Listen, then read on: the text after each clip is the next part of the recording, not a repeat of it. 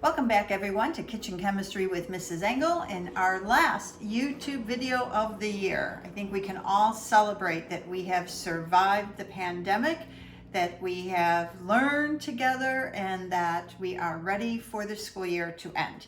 So our topic today is dilutions, or better yet, how to make money in college. Again, this is what I did in college as a chemistry major. I worked for my professors. And sometimes there's a stock solution, so a concentrated solution, and I would have to use it to make a dilute solution. It follows this idea. So here we have a concentrated solution of food coloring, which means that there is a quantity of blue food coloring dissolved into solution. Well, what if I wanted to dilute it? Now this was part of your bell ringer today. It was part of the Padlet. Probably most of you said to dilute something, you add water to it.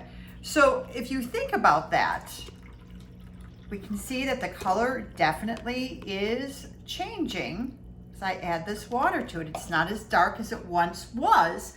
I didn't change the quantity of food dye. That quantity remained the same. What I did change was my volume of solution. So if we go back to our original molarity formula.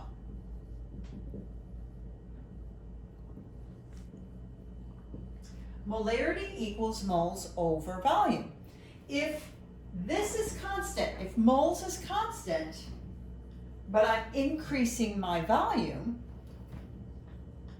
it is going to automatically decrease my molarity. In other words, dilute it. We can rearrange the formula to moles equals molarity times volume. Now, why is that important? Because the moles are remaining constant. The quantity of food dye never changes. So moles before equals moles after. Moles before equals moles after. I can then use molarity times volume and set up an algebraic equation.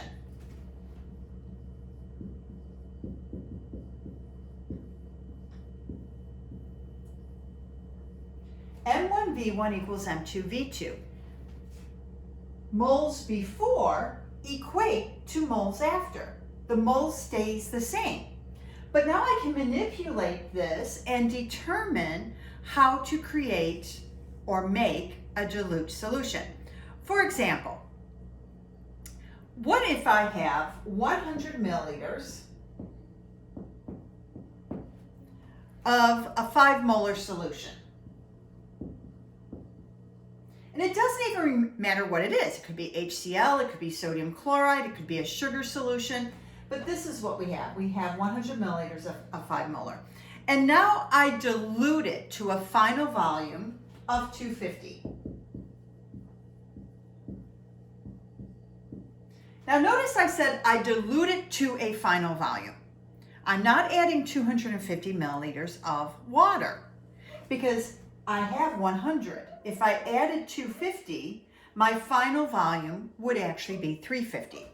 So I made sure I said I dilute it to a final volume of 250.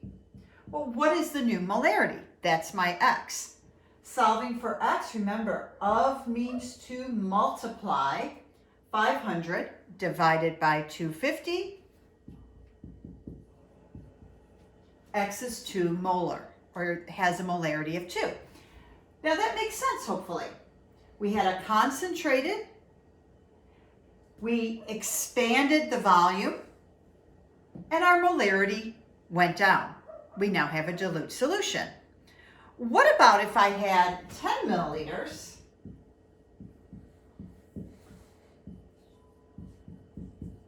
of 6 molar HCl, and now I add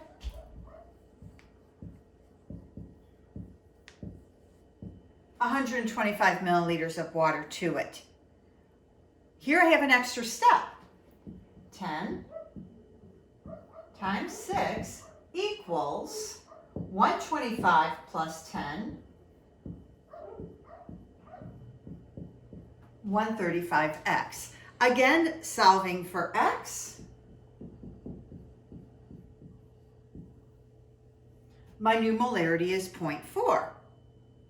Now I can do this to figure out how much of the concentrated I need to dilute. What if I'm working in a lab or I'm setting up a lab for you and I know that I need 500 milliliters of a 0.25 molar solution. Well, how much of the concentrated do I need to start with? I go to the stock room and I find out on my shelf I have 3 molar. I can dilute that down. I just got to figure out how much of this to use. 3x equals 500 times 0.25. X equals 20.8 milliliters. Now I have pipettes that are graduated so that I could actually measure out 20.8 milliliters specifically. I would use something called a volumetric flask that has an etch line at the 500 milliliter mark. I would pipette in my 20.8 and then I would add water until my meniscus is on that etch line, and I would have a 500 milliliter solution. I would label it. It would be ready to go. I hope you've enjoyed all the kitchen chemistry videos during this time, and I look forward next week celebrating the end of the semester with all of you.